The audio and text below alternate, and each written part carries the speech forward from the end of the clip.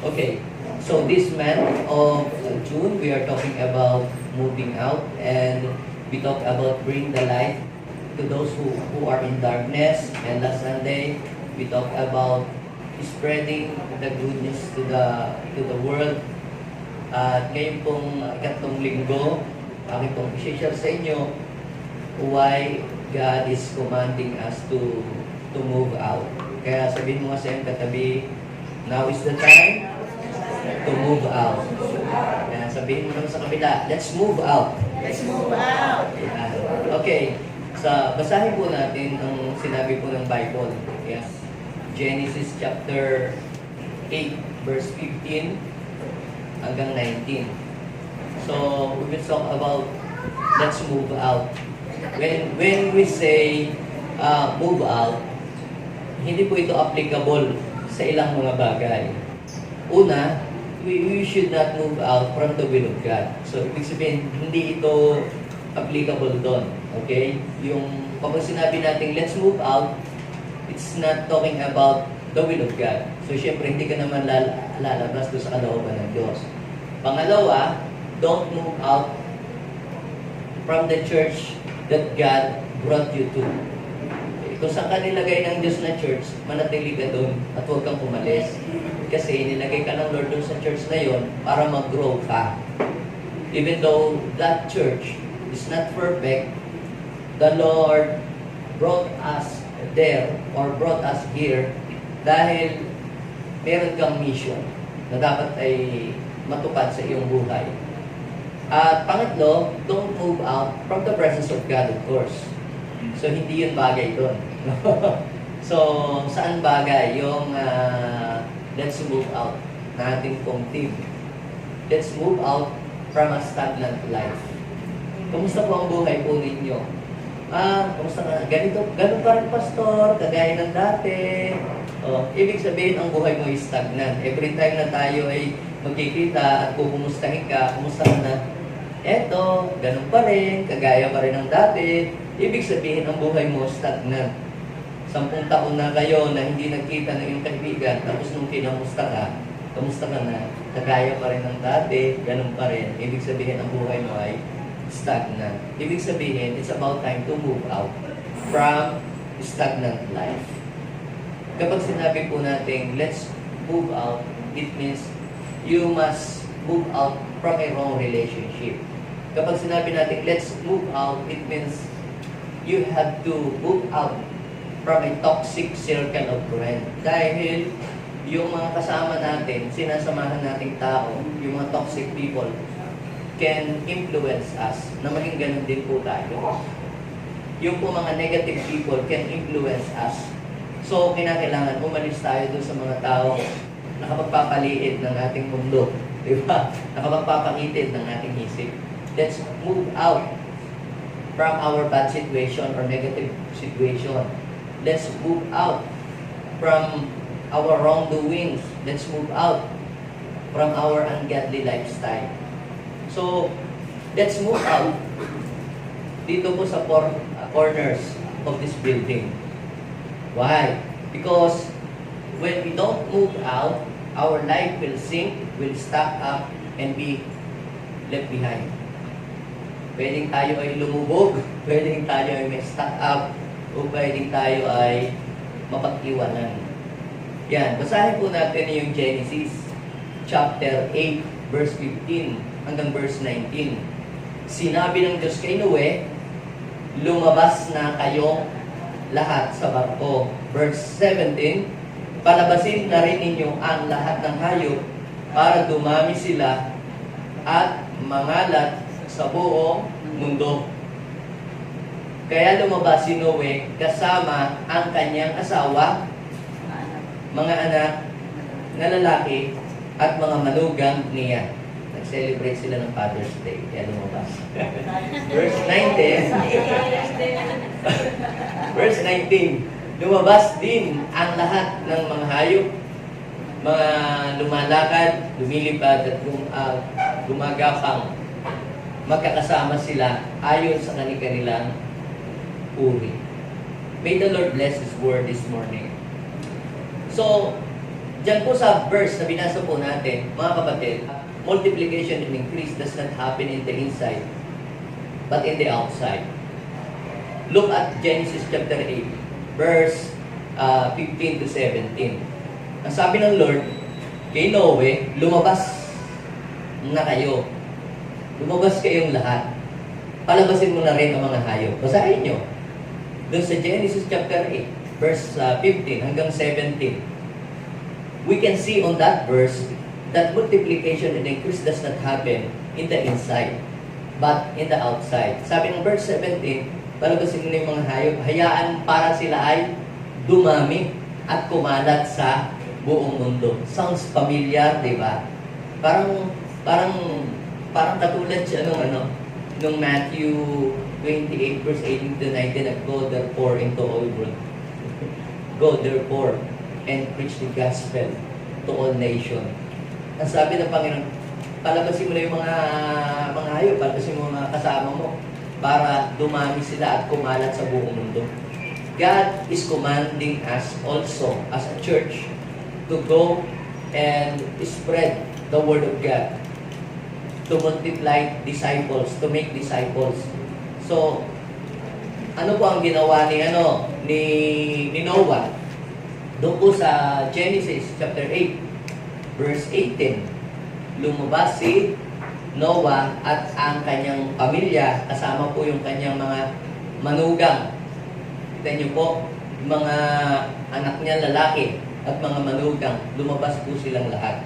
Now, kung paano si Noah, ang kanyang pamilya, ang kanyang mga anak at manugang, ay lumabas doon sa loob ng ark, gayon din naman po tayo dapat ay lumabas din dito sa apat na sulok ng building na ito para i-fulfill natin kung ano po ang ating mission sa buhay. Ang ark, yung arka o yung daong o barko ay ipinagawa ng Panginoon yan kay Noah dahil sabi ng Panginoon ay gugunamin na niya ang buong daigdig sapagkat ang lahat po ng mga tao ay masama na at wala na siyang iniisip na mabuti. Gayon po ang sitwasyon na nakita ng Lord sa buong daigdig. Pag binasa niyo po yung Genesis chapter 6, verse 5, the intent of their heart was evil continually.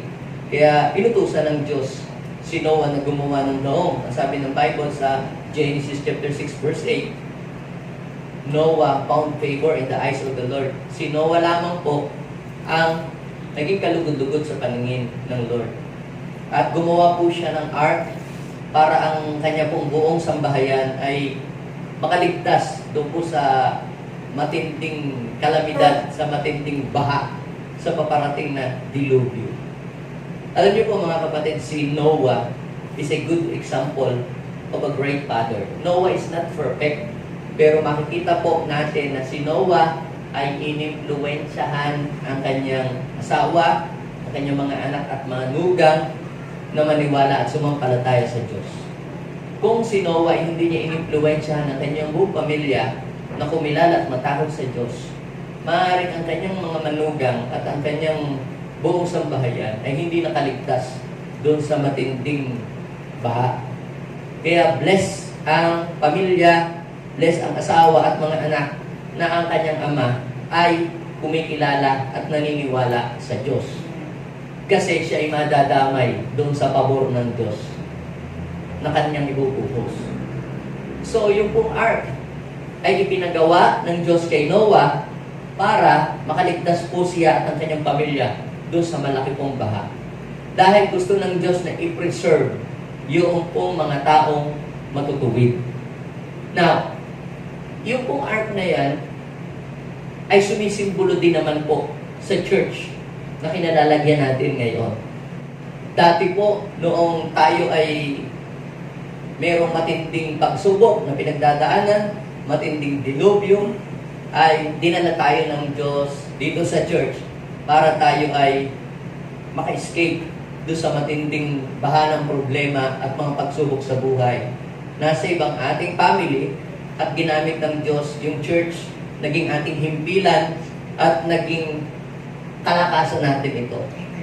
Kung paano si Noah, nung tapos na po ang baha, di ba? You can provide ng Lord ang pangangailangan ni Noah noong siya po ay nandoon sa loob ng ark. Ngayon, kung paanong si Noah ay kinuman ni Lord na lumabas na dahil okay na ang lahat.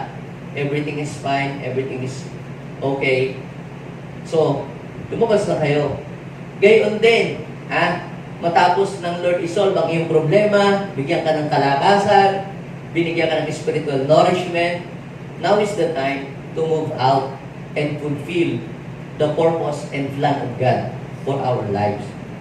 Dahil kung tayo po ay mananatili lang sa apat na sulok ng building na ito as a church, mamimiss natin yung mga dakila at mga magagandang bagay na i-prepare ng Diyos in the outside. So, what are the good things that we will experience when we move out? So, yan ang pag-usapan natin. I will share to you 3 important things on what are the good things that we can get from moving out. Ano bang mapapala natin kung lalabas tayo? Kung aalis tayo dun sa lugar na ating kinalalagyan. Kung lilisanin natin ang ating mga comfort zone. What will happen in our lives? Kapag umalis tayo, lumabas tayo dun sa circle ng mga toxic friends, sa mga circle ng mga negative people. Anong mangyayari kapag umalis tayo sa stagnant life? Anong mangyayari when we move out from our wrongdoings and ungodly lifestyle? So, I will share to you 3 important things. Number 1, your vision will broaden when you move out. Kapag sinabi po natin vision, mga kapatid, ito yung ating pagtingin. Ito yung ating pananaw sa buhay. Ito yung ating nakikita.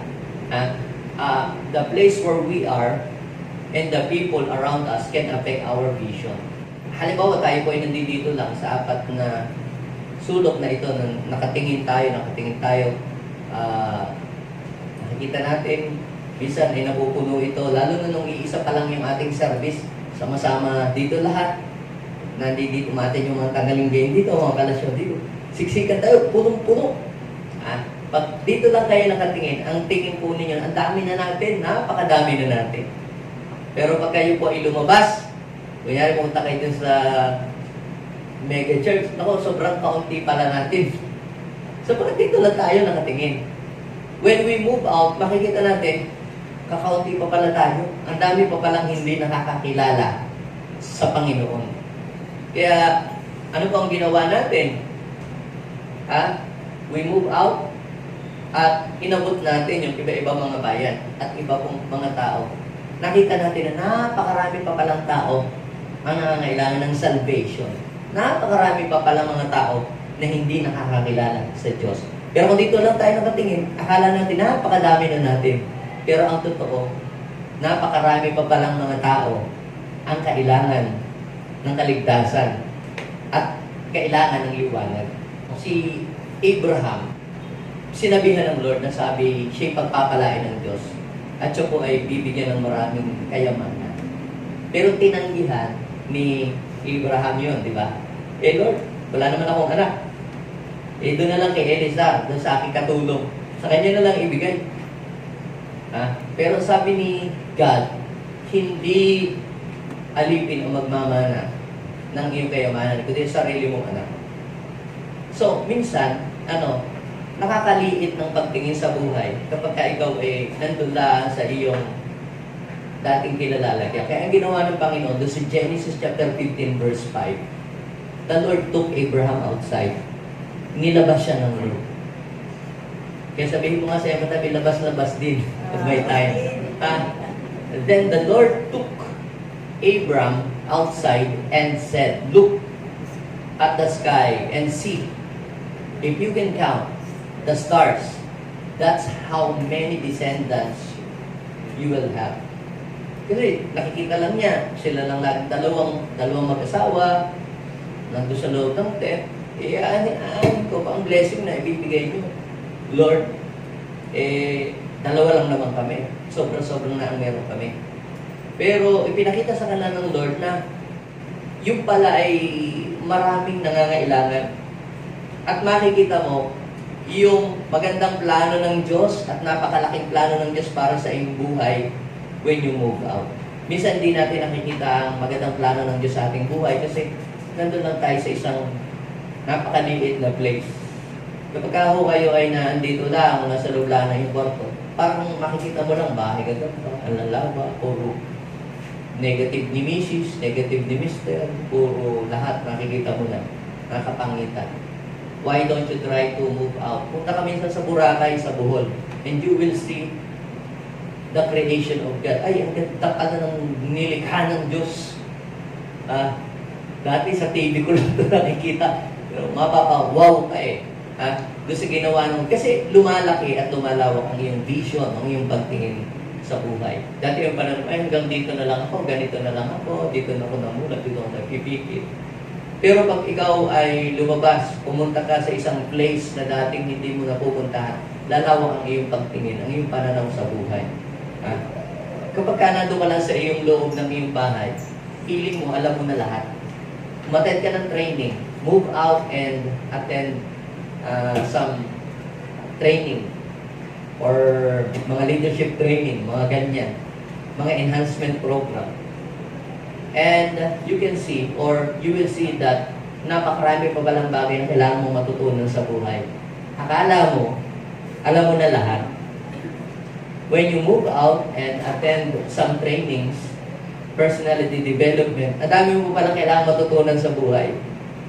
Kaya, when we move out, mga kapatid, when you move out, your vision will broaden. Lalawak ang iyong paningin, ang iyong perspective sa buhay. Makikita mo ang maganda at napakalaking plano ng Diyos sa iyong buhay. Noon pong ako ay elementary, nag-aaral po ako sa Isla Verde. Yung pong Isla Verde Island po yun na nakahiwalay sa Batangas.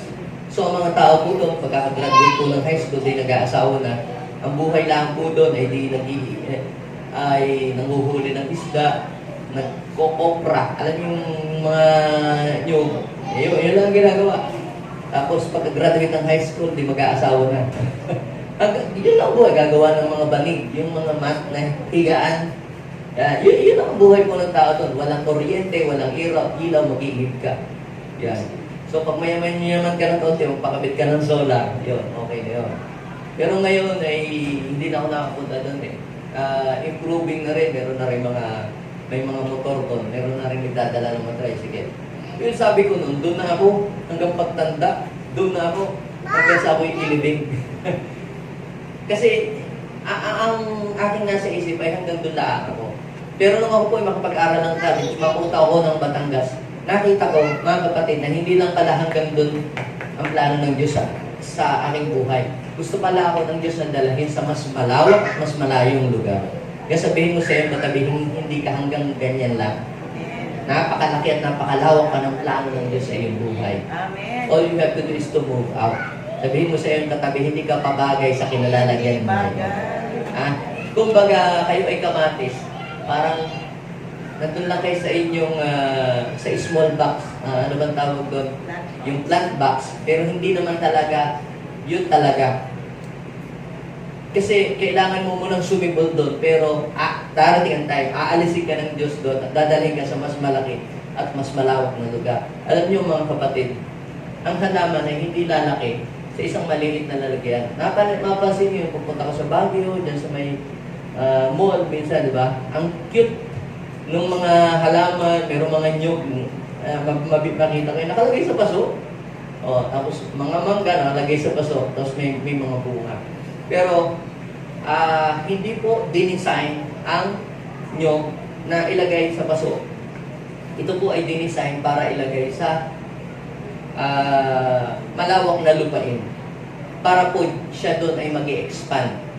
Hindi naman ang pating, hindi naman pang aquarium yan eh.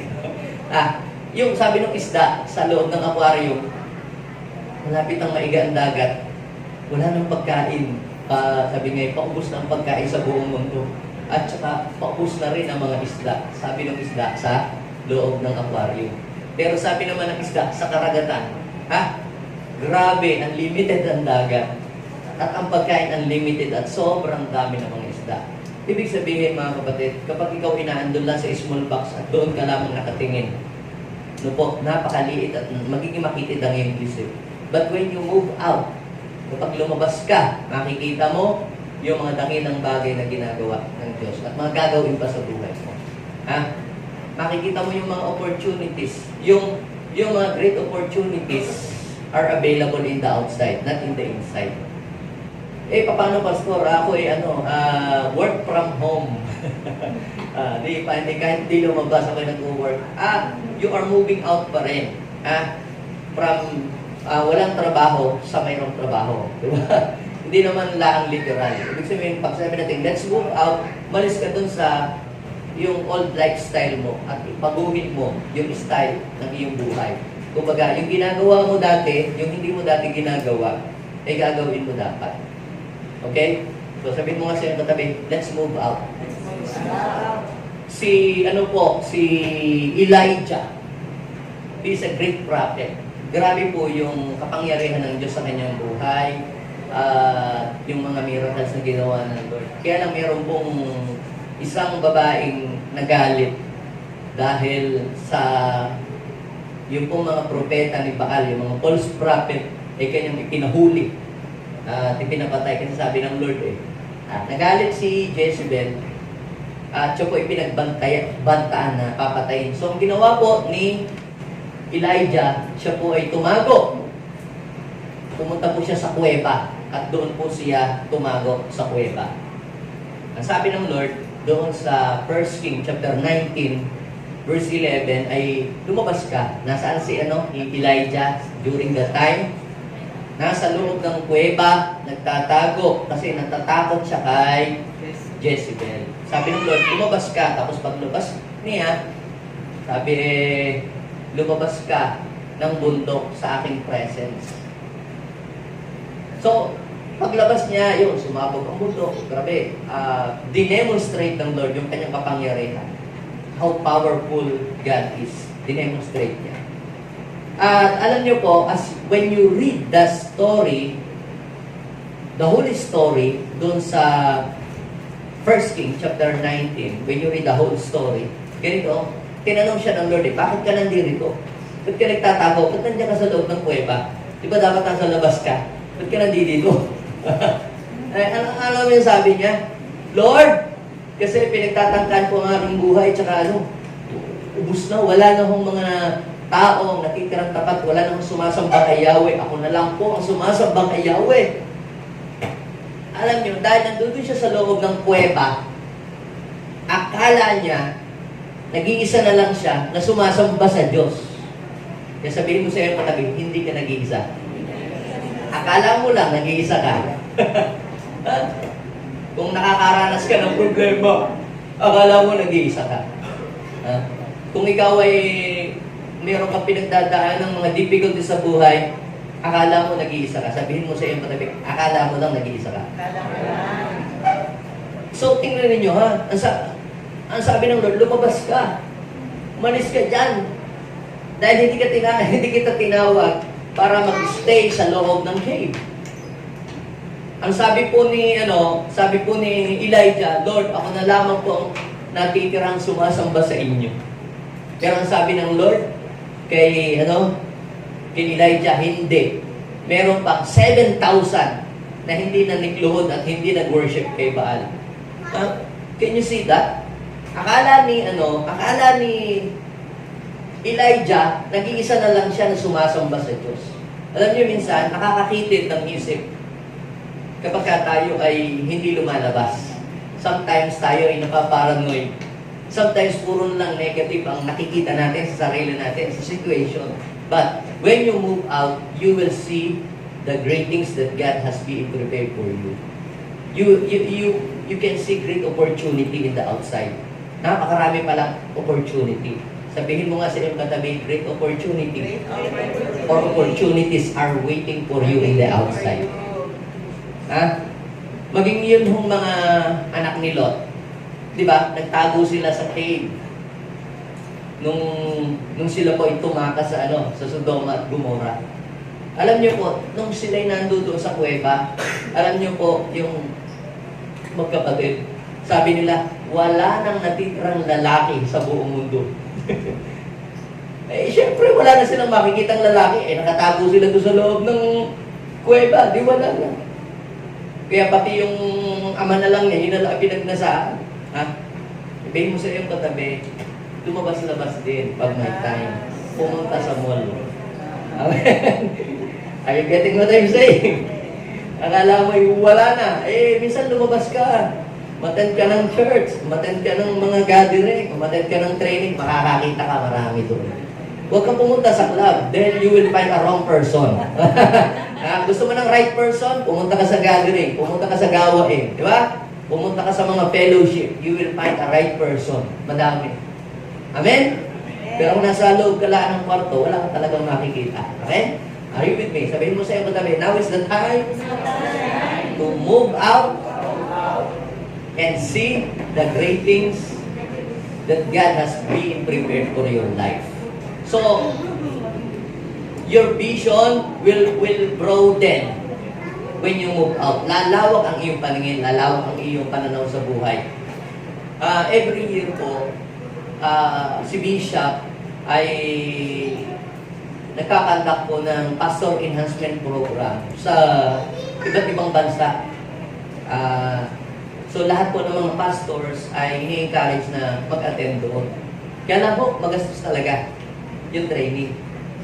So, pwede kong sabihin na, dapat sana dito na lang para hindi na magastos.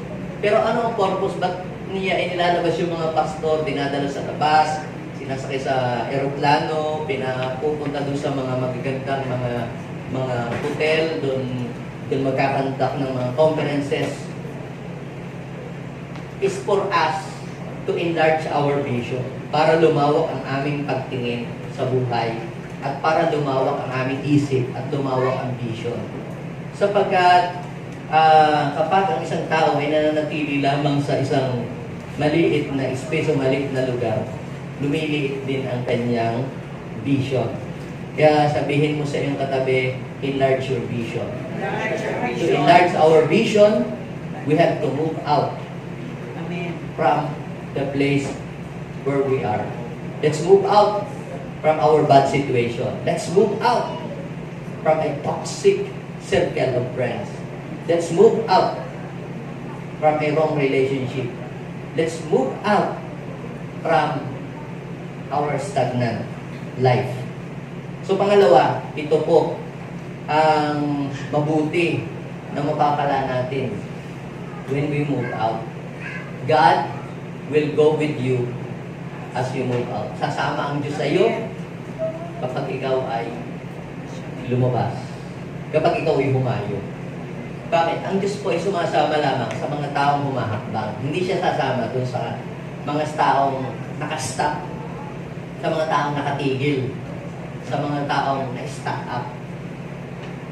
When you read the whole story of the Bible, God is always telling His people to move out.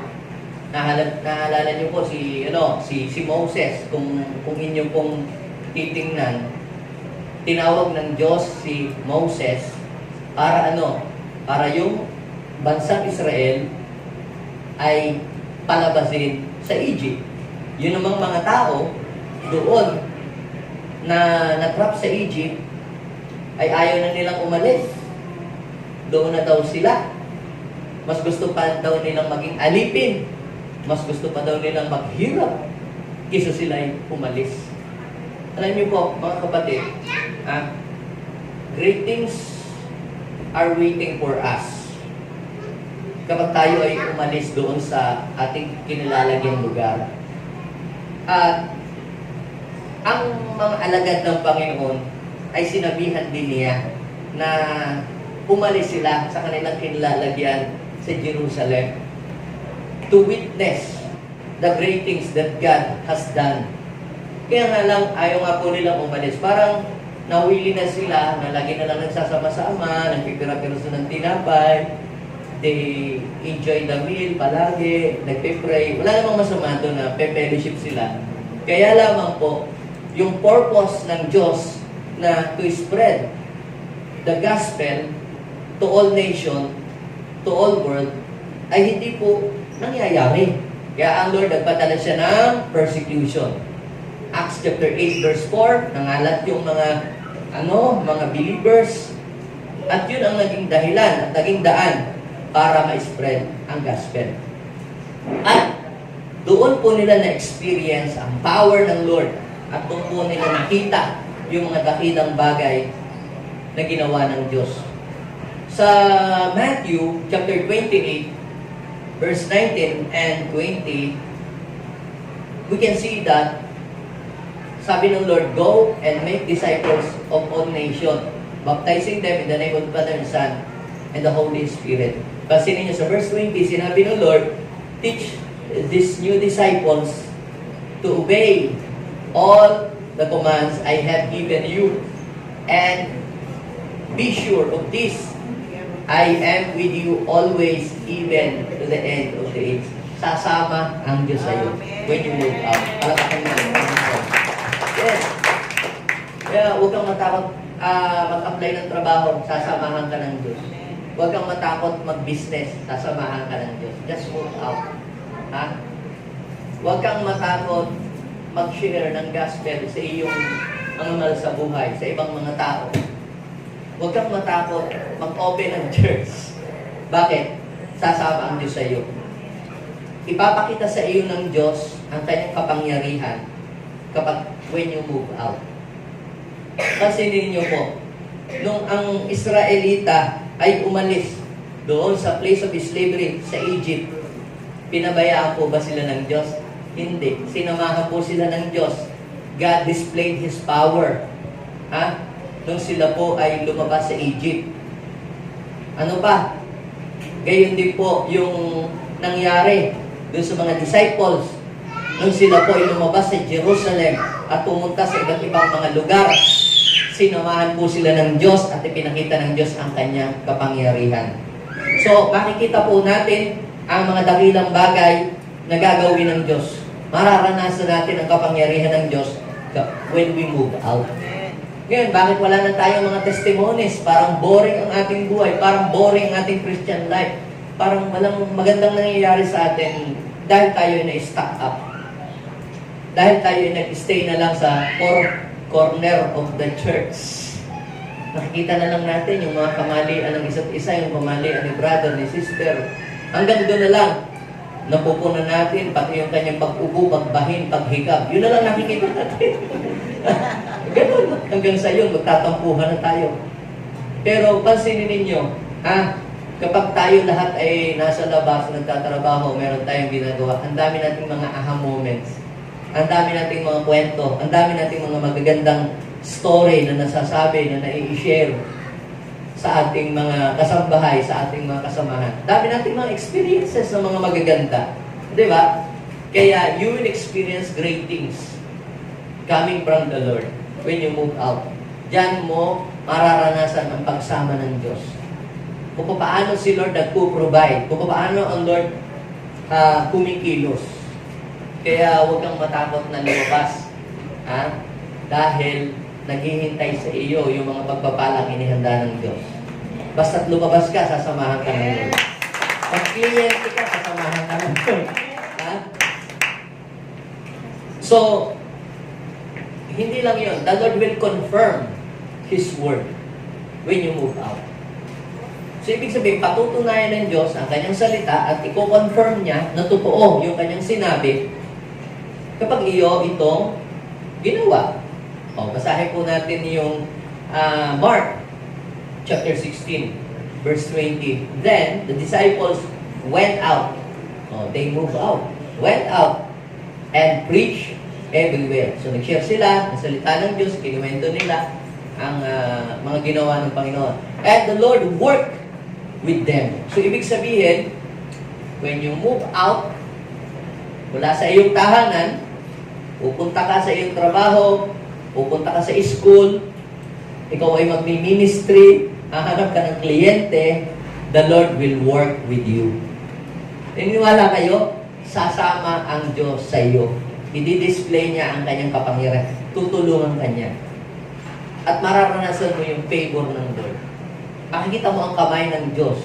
Nagpo-provide si Lord. Kahit saan ka pumunta. At yung blessing ng Panginoon, may experience mo. Kaya pagka nandito lang tayo, limited ang blessing. Di ba?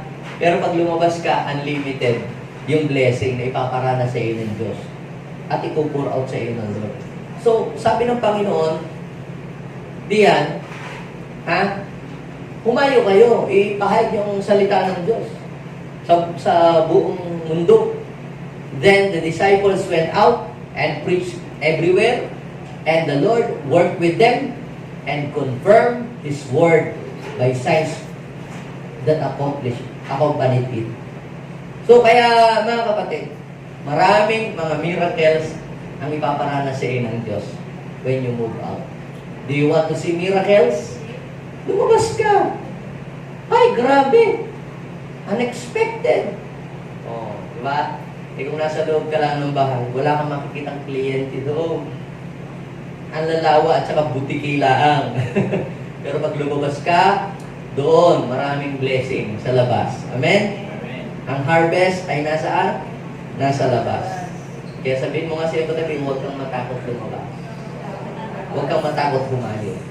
Dahil ang pangako ng Diyos, He will go with you when you go. And then last, ito. So, ulitin natin. Your vision will broaden when you go out, when you move out. Pangalawa, God will go with you as you move out. Pangatlo, you will become a blessing to many people when you move out. Ikaw ay magiging pagpapala sa iba kapag ikaw ay lumabas. Imagine mo, ikaw ay talented. You have a capacity to solve other people's problem. Pero kung ikaw ay naandoon lamang sa loob ng iyong bahay, ikaw lang ang makikinabang dun sa gifts and talents na meron ka.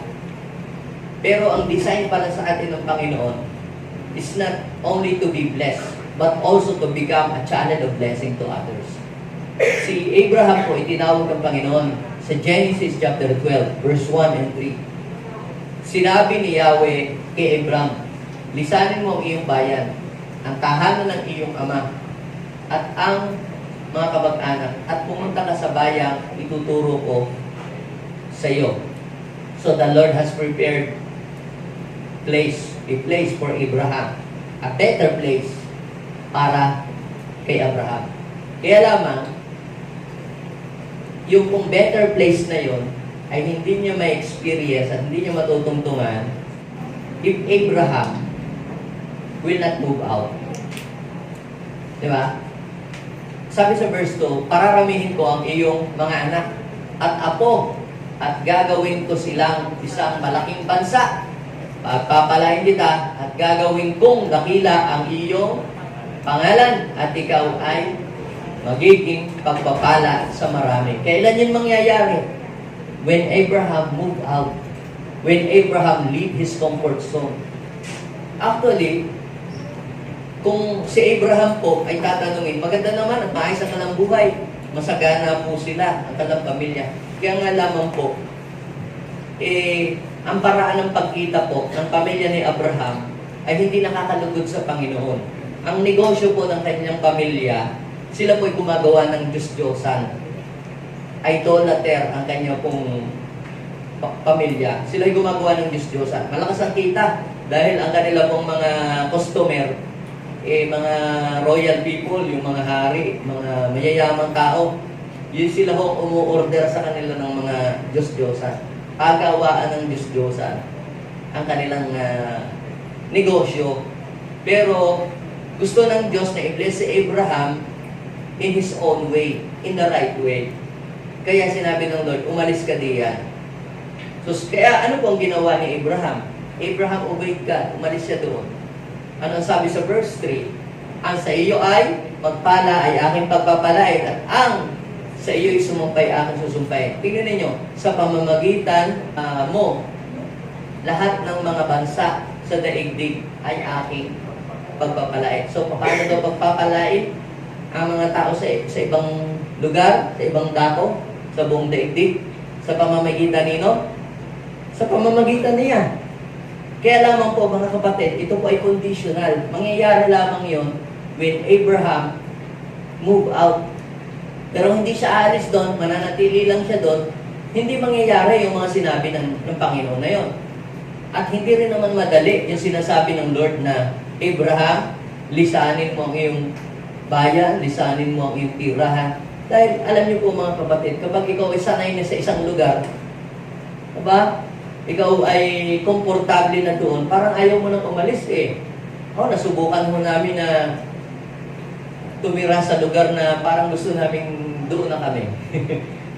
Siguro nararanasan niyo ng mga nagre-renta ng bahay.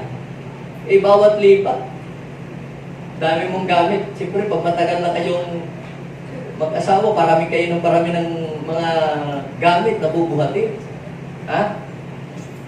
Si Abraham, ganun. At hindi ho madali. Siyempre, 75 years old na siya. Hindi ho madali. Pero si Abraham po, mga kapatid, Abraham lived his comfort zone. Ibig sabihin, komportable na siya, okay na siya. Pero, nung pong siya ay umalis, mas lalo siyang pinagpala ng Diyos. Nung siya po ay bumukod. Diga? Kasarap naman kung nakatira ka doon sa bahay ng iyong lolo, pag may pensyon ng iyong lolo, di kahit pa paano naambunan ka, tapos libre ka pa sa bahay, libre ka pa sa kuryente, saan ka ba? Pag nagluto ang lola ng masarap na ulam, di idamay ka na rin. Di walang gastos. Blessing din naman po yun. Pero, hindi mo mararanasan yung mas madami pang pagpapala at mas malaking pagpapala na inihanda ng Diyos. May presyo ho yun. So, nung umalis si Abraham, mapapansin nyo, mas lalong na-bless ang kanyang buhay. Pinagkulang ba siya ng Diyos? Hindi. Dahil sinamahan siya ng Panginoon di ba? God will go with you as you move out. At hindi lang yun, magiging pagpapala ka when you move out. Kasi, kita ninyo po, bakit ka pinagpapala ng Diyos at bakit ka pagpapalain ng Diyos? Do you have an idea? Bakit ka pagpapalain ng Diyos? O sino dito gustong ma-bless ang buhay niya? Pagpalain siya ng Diyos. The question is this, bakit mo gustong yumaman o ma-bless ang buhay mo? Bakit gusto mo ng increase? Kasi yung kapitbahay namin, akala nyo, siya lang ang makakabili ng ganitong masarap na ulam, tsaka magandang tips di ako rin. Mali ang iyong purpose. Alam niyo po, kaya ako gustong ma-bless at sumagana ang buhay, because I want to reach many people. Madala ko sila sa Panginoon. At para madala mo, marami mga tao kay Lord, you need more money to bring them to the Lord. Siyempre, yung mga bata, pag i-gather mo, siyempre, papakainin mo yan. Kung gusto mong turuan, siyempre, kailangan mong pamasahihan yung mga magtuturo. Kung hindi ma-bless ang buhay mo, hindi mo magagawa yun. Paano ka mag-sponsor ng mga children? Kung sobra-sobra ka, marami kang extra, meron kang surplus, mas marami kang taong pwedeng maabot kay Lord at mas marami kang magagawa for the glory of God. Sinong gustong ganun ang mangyari sa buhay niya? Sabihin mo nga sa iyong katabi, pagpapalain ka ni Lord. So, paano? Just move out. Alis tayo sa ating kinalalagyan and take the blessing that God has prepared for us in the outside. So you will become a blessing to many people when you move out. Si Abraham, paano siya naging blessing? Paano naging blessing si Abraham? Yun pong mga tao ay nakakilala sa Diyos na lumalang ng langit at lupa nung si Abraham ay lumabas. Kasi i-display niya, ikinuwento niya, ipinakita niya sa mga tao na ang kanyang Diyos ay Diyos na makapangyarihan. I-share niya sa ibang tao. Kung siya hindi lumabas, sila lang ang nakakaalam no. Alam niyo po mga kapatid, tayo rin po, the Lord is commanding us to move out para tayo ay maging pagpapala sa iba. your gifts, your talents, and your ability, ibinigay yan sa iyo ng Diyos, hindi lamang para sa iyong sarili. Halimbawa, ikaw ay isa kang IT. Magaling kang IT. Pero nasa loob ka lamang ng bahay mo. Hindi ka magiging blessing. Di ba? Lumabas ka. Pumasok ka sa isang kumpanya, sa private organization, or pumunta ka sa gawain ng Panginoon and share your talents and ability. Diba? Nagiging blessing ka. Nagiging blessing ka sa ibang tao, sa ibang mga kumpanya. Ha? Ano ba ang gift mo? Ano ba ang talent mo? Ha? Are you a financial advisor or ikaw ay businessman and woman? Ha? Mag-offer ka ng service sa ibang tao. Mag-offer ka ng help sa ibang tao. Alam niyo po mga kapatid, to become a channel of blessing, hindi naman yung, pila kayo, ang ayuda. Hindi lamang ho yun ang pagiging blessing. Kundi yung ikaw ay nakapagbibigay ng value, ikaw ay nakikipagbigay ng service, ikaw ay nakapagbibigay ng encouragement sa mga ibang tao, you are a blessing to them.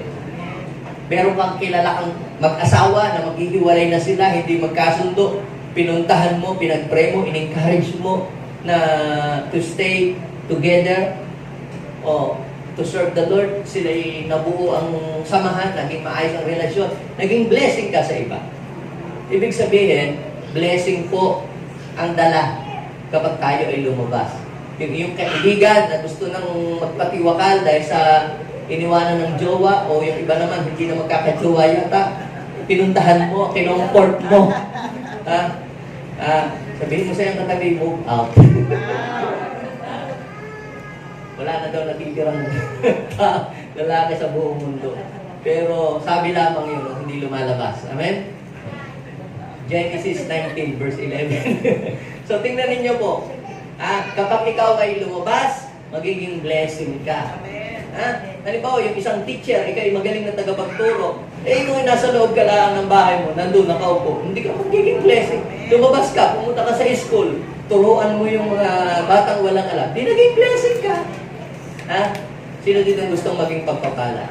Alam niyo po ba mga kapatid, kapag ka po dinisar nating maging blessing, mas malaki ang blessing na ibibigay sa iyo ng Diyos. Kaysa doon sa hindi, para lang sa akin. Kung para lang sa iyo, di ang ibibigay lang ng Diyos sa iyo, para din lamang sa iyo. Pero kung ang desire mo, Lord, I want to become a blessing to many people, to my family, to my loved ones, to my pamangkin, at hindi lang ako, pati sa church, sa gawain mo, sa ibang tao. Ano po ang gagawin sa inyo ng Panginoon? The Lord will increase the blessing that you will receive from Him. Amen. So now is the time to move out from our shyness. Now is the time to move out from our fears. Now is the time to move out from our stagnant life.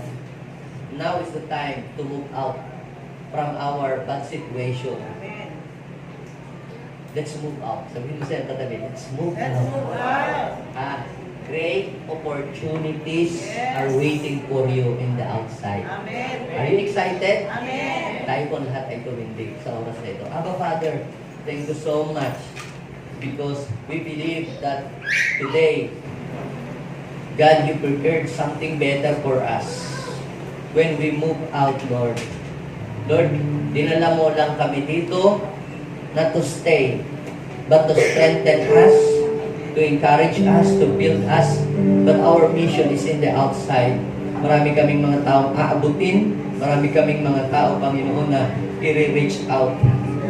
Lord, puno na kami. Umaapaw na kami sa mga wisdom. Umaapaw na kami sa kaalaman. Lord, save na po kami, Lord. Kilala ka na po namin. Natanggap na po namin, Lord. Ma-bless na po kami, Panginoon. Pero Lord, gusto pa namin maging channel din kami ng pagpapala. Kung paano na-bless kami, Lord. We want to share to other people the secret why or how we found salvation.